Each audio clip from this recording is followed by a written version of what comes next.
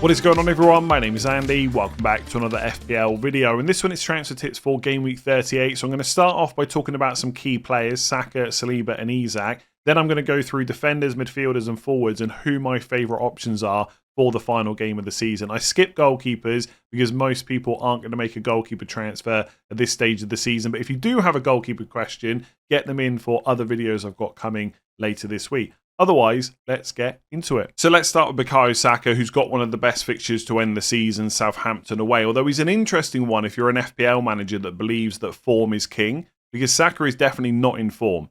Since returning from injury, he's had 1 goal in 7 appearances, and that was the first game back. Now, to be fair, he has been benched in 3 of those games, and his minutes haven't been great overall, but we've still come to expect him to return more than that. And if you go back before the injury, it's actually 1 goal, no assists in the last 12 appearances. So not great, but for me, that all goes out the window because we know how good of a player Saka is, and it's Southampton. That's more than enough for me.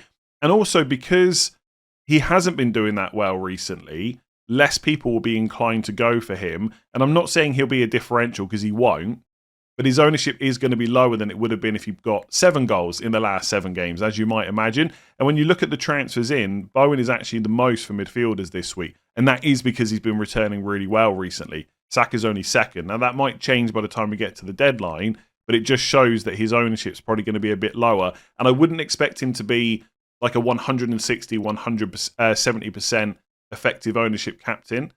I think he might be like 120 or something like that. So in terms of captaincy, he is somewhat of a differential, in my opinion, going into the final week. The only question mark really are his minutes.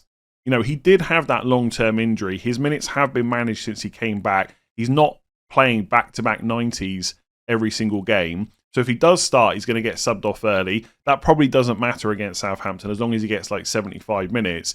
Is there a chance he doesn't start, though? That is playing on my mind a little bit. Now, I want to clarify this straight away.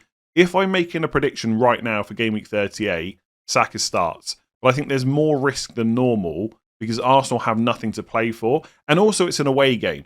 I think my general opinion is going into Game Week 38, if a team's got something to play for, they're going to be as full strength as possible. If they don't have anything to play for, they're more likely to be full strength if they're playing at home. Now, that is just a general view of all teams, right? It might not be the same individually, but that's generally how I would think about it. So Arsenal got nothing to play for and they're away. So that's why I'm slightly more concerned. If you look at the table, they've got Champions League wrapped up. They've basically got second place wrapped up as well. The only team that could catch them is Man City. If they beat Bournemouth and then they beat Fulham on the final day, they'd also be on 71 points. And then they would need Arsenal to lose. But even then, Arsenal have got a better goal difference by 10 goals. So they're not going to get battered by Southampton. And I don't see Man City scoring loads of goals against Bournemouth or Fulham either. So they've basically got second place wrapped up. So maybe more so now than any other time this season, Saka is at a slight risk of being benched. But I think if I was predicting, it would be that he would start. So you can take it 2 ways, right? You can just go all the way with the risk, bring him in, captain him, or maybe just bring him in and captain someone else if you really want to. It's worth saying, and I know this is quite a boring thing to talk about, all the games are on at the same time in 38, so there is chance we get more team news than normal. I'm not saying it will definitely happen. It might be for a team that you're not hoping for, but it can happen more so than any other week. And sometimes managers are more open in press conferences. Do I expect Mikel Arteta to be open? Probably not. But no one should be making early transfers this week. You should wait for as much news as possible. There's not that need to rush and protect team value and stuff like that as there might normally be. So I think Saka's a great option. I don't care about his form. Southampton away is a great fixture. I'm just slightly, like maybe 2-3% more doubtful about a start than I normally would be. Let's stick with Arsenal and talk about William Saliba next. Went off at half-time against Newcastle in Game Week 37. Really frustrating if you're an owner like I was, because obviously they went on to keep the clean sheet, but these things can happen. Mikel Arteta has come out and said he felt something in his hamstring, so it might only be a minor thing, but I think there's close to 0 chance he starts in 38 for all the reasons I've just mentioned with Saka. Arsenal have got nothing to play for. It's Southampton. They can win that game without Saliba. Why risk him? There is 0 point in doing that. Unless Arteta comes out in his press conference and says, it's nothing, he's fully fit, he's going to start, I would be predicting William Saliba to be benched in game week 38. Now, the question is, do you use a transfer on him or do you concentrate on an attacking change instead? I hate, again, to say something incredibly boring, but that is going to depend on your team and who you've got on the bench. So for me, for example, my 2 bench defenders, as it stands, are Nico Williams against Chelsea at home, Munoz against Liverpool away. Now, I'm not really that keen on playing Munoz because I think Liverpool will go full strength in that final game and Palace probably won't because it's their last game and it's away. So I don't really want to play him, but I could play Nico Williams. If I was desperate to make an attacking change, or let's say Isak, who we're going to talk about in a minute, was ruled out, then I would want to swap him instead. Therefore, I would just play Nico Williams. But if Isak was fit and I decided that I wanted to keep Palmer as a massive differential, which I'm not going to get into in this video, then maybe I would sell Saliba.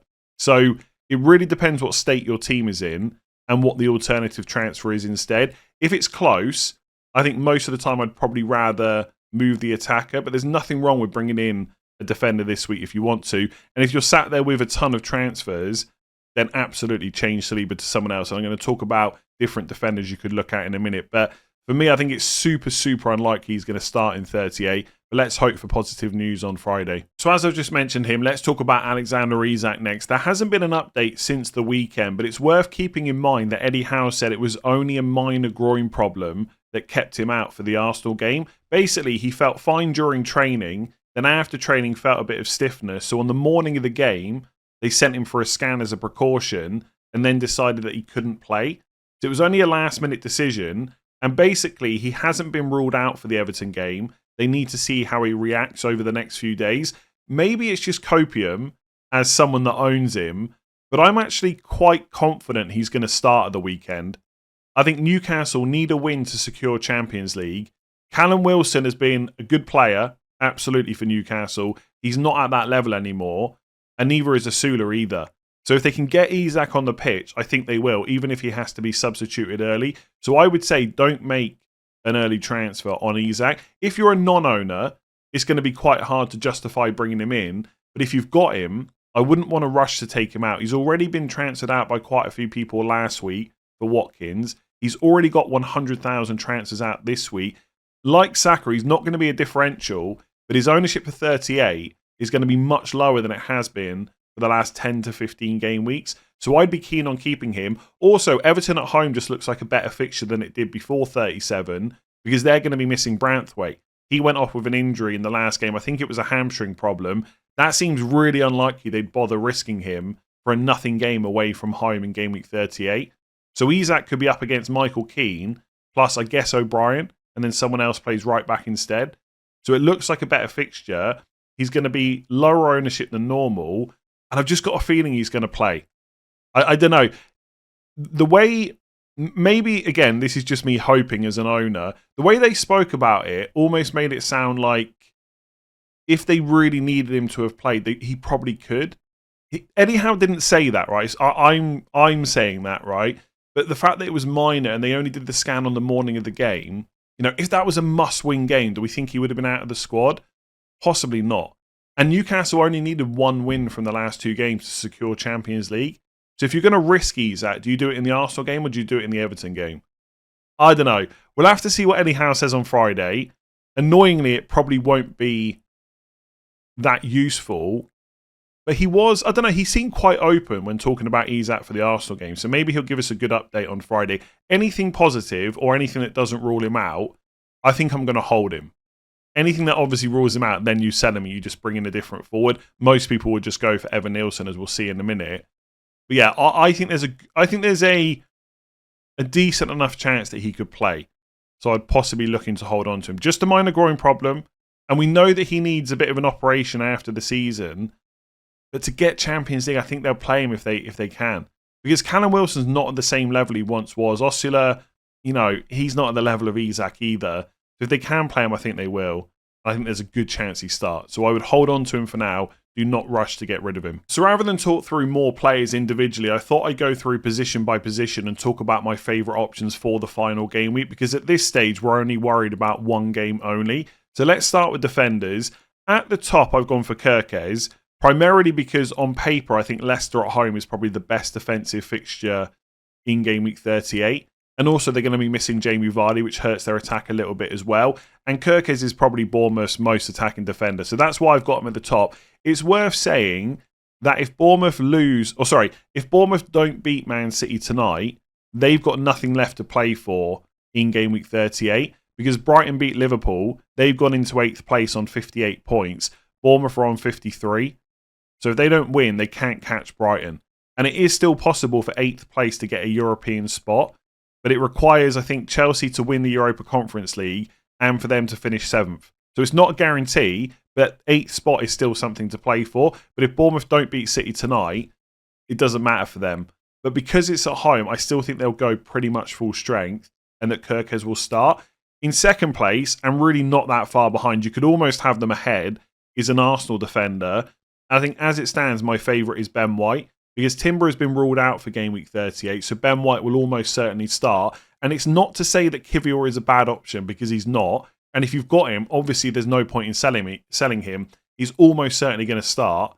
He's a great option for the final day. But if I was buying new, for example, selling Saliba, who's quite expensive, Ben White's a massive differential. And I don't think Kivior is any more attacking. So I think for one game, I would just take that differential on, and I'd go for Ben White. If Saliba's not going to play, which I think is quite likely, it also means that Calafiori is probably going to play as well. I really like him too. If I was sure he was going to start, I'd maybe have him as the best option for Arsenal. But as it stands, I think I'm more confident in Ben White's minutes. So that's why I've got him there. Because Arsenal defence is superior to Bournemouth, you could argue that they're the best option to go for this week. I've only really chosen Kirkes because, like I said, it's at home, right? So that's why those two are there. 3rd place, probably a Newcastle defender because they also have something to play for. It's a home game. Everton's season's kind of ended for them at this point. So Fabian Schär is probably the most differential defender from them. Livramento's good, absolutely. I don't know if Trippier's going to be back, but Fabian Schär is fairly attacking from set pieces, but also sometimes takes free kicks as well. So I quite like him.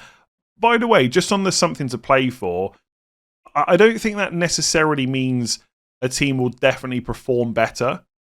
For example, Liverpool got nothing to play for in Game Week 38, but I think they'll do pretty well against Palace. It's more that you can be sure about the minutes of players and stuff like that. So that's why I mention it quite a lot in 38. So Schär in 3rd place, Van Dijk in 4th place. He got rotated last night. He was given a rest. It's the first game he's missed all season. He'll almost certainly be back in. I think it will be full strength from Liverpool. They're going to get the title that day. It's a home game. So I think Van Dijk will be in. We know he's got the goal threat as well. You could argue maybe Van Dijk should be ahead of Schär. I think it's quite close.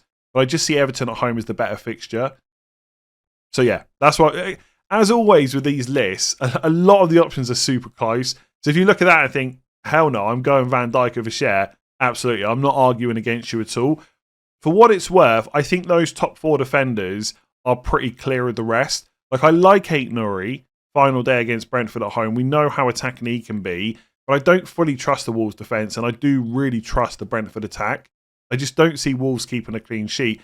And then with Wan-Bissaka, it's a similar conversation. He's attacking enough, and Ipswich away is a good fixture, but it is away. And West Ham haven't been brilliant this season. So I think they will probably concede in that game. So the top 4 for me is Bournemouth, Arsenal, Newcastle, Liverpool, Kirkes, Ben White, Schär, and Van Dijk. But absolutely, if you know that Trent is going to start, huge differential. He would then be my favourite option, but I would need a leak to know he's going to start.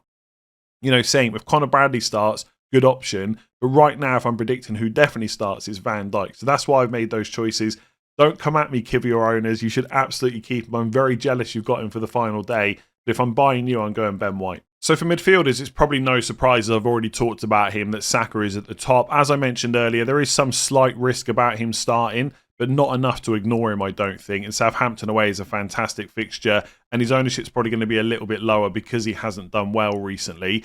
Then in second place, I've got Salah, which I know looks crazy because for most of the season, he's been in everyone's teams, but I'm not sure that's the case right now. I think there will be some people out there that don't own him, and if you've got a route back to him, he's got to be up there as one of the best players to bring in this week. He started 37 out of 37 games for Liverpool. He is not going to miss the final day. I think it's almost a guarantee that he will start. He's probably going to play 90 minutes, and he's chasing that record. I think the Premier League tweeted last night that he's one attacking return away from matching the goals and assists combined record in the Premier League season.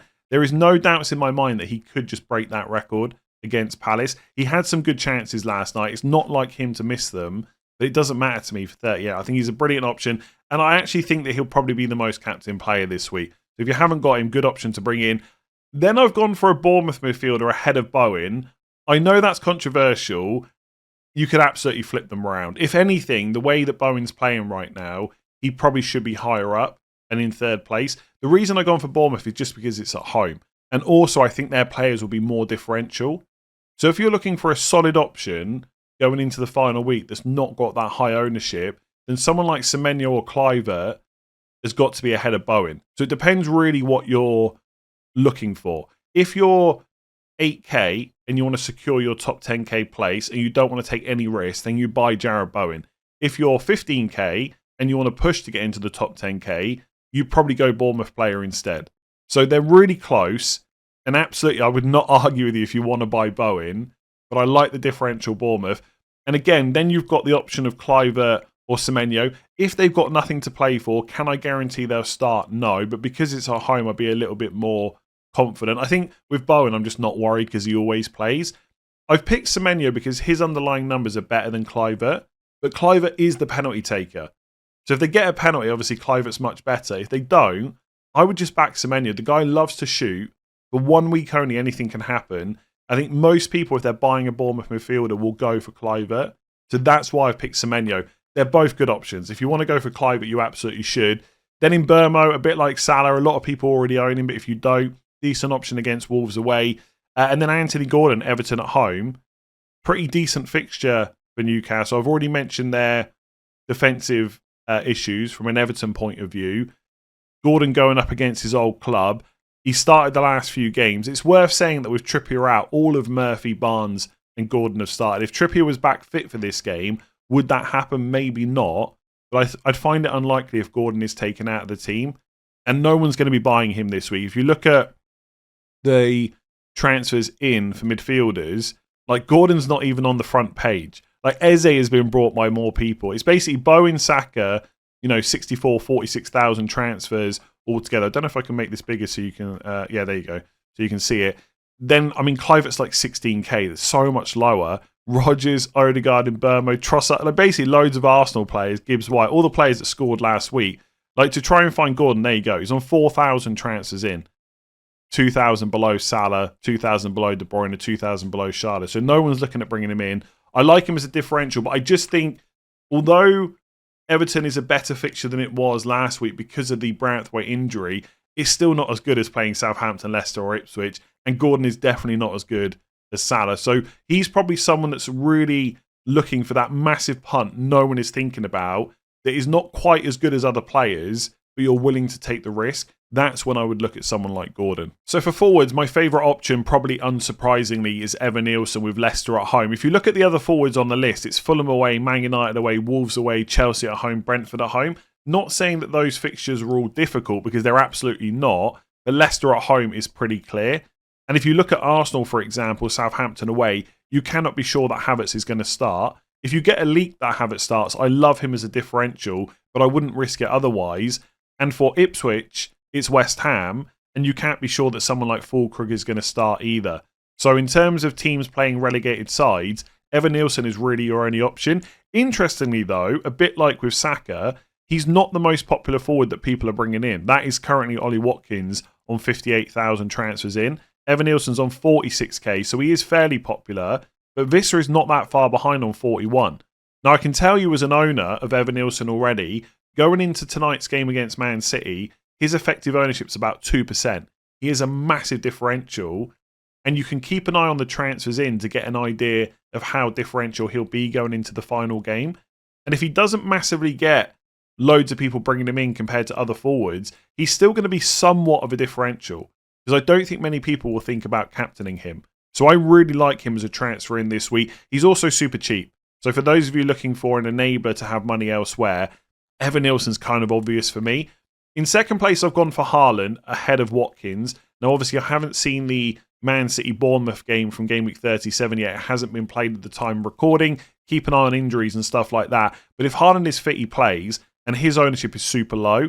It's not even a case that I necessarily think that Haaland is miles ahead of Watkins, but I think from an ownership level, there's not much in it. And I don't think Watkins against Man United away is miles better than Haaland against Fulham away.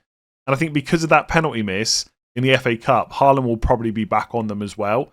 So that's why I've got him in second place if you've got the money. Otherwise, Watkins is fairly straightforward. He's going to be playing a Man United team that either have won the Europa League, in which case lots of celebrations, who knows what team they'll put out, or is lost. And then I guess mentally, physically, they might not quite be there. It is the final home game for Man United, though, so I wouldn't expect Villa to absolutely roll them over. But I think it's a good game for Watkins regardless. So he's in third. Then Visser against Wolves away. He's been consistent. I expect him to start again. And then I've got Chris Wood ahead of Cunha, mostly because Chris Wood is like 99.999% guaranteed to start. It's a massive game against Chelsea. I'm not quite sure how that one's going to go. My assumption is it'll be quite cagey, and there probably won't be a huge amount of goals. But if Forest do score, Chris Wood's likely to be involved. And you know he's going to start. With Cunha, as we've said for a few weeks now, he probably will start, but his minutes are in more of question than they would have been at any other time of the season. But it is a home game. And if he is leaving, will he be given that chance to kind of say goodbye to the fans and stuff? I don't know if it matters all that much, but it's something to think about. So I think Cunha will start. And if he does, by the way, like if you got a leak that Cunha was in the 11, I'd probably have him ahead of both Wood and Visser. But right now, trying to guess who's going to play, how many minutes players are going to get, I've got him at the bottom. But again, this is a bit like with defenders. I had Aït-Nouri and Wan-Bissaka on the list, you know, to bulk it out if people want more options. But ultimately, if I'm buying a forward, everyone can afford Evan-Neilson. I think he's great. And if not, if you're going for someone more expensive, then Watkins and Haaland are probably better than Visser, Wood and Cunha for me. And as always, this isn't me saying if you've got players lower down, you should sell them. I've got Visser. There's no chance I sell him this week. But we're talking about buying. And Evan-Neilson for me is fairly clear. If you've enjoyed that video and found it useful, make sure to give it a like and hit that. By the way, actually, I say Evan-Neilson is pretty clear. If you had the money to get Haaland instead, it's Fulham away. It's a tough fixture. He's not done well. His ownership's so low. That's the thing for me. Like all the big hitters right now, Saka, Palmer, Haaland, Salah, they're just not doing that well. But you know what they can do. If you had the money, I'd probably go Haaland ahead of Evan-Neilson. But in terms of low ownership, great fixture, easy to get to, I think Evan-Neilson has to be at the top. Anyway, if you enjoyed that, found it useful, make sure to give it a like, hit that subscribe button. If there's any players I've missed, other questions you want to ask, I'm going to put out a tweet later on asking for your questions and topics for the Game Week preview tomorrow. So I'll try and cover as much as possible, and I will catch you then. Thanks for watching.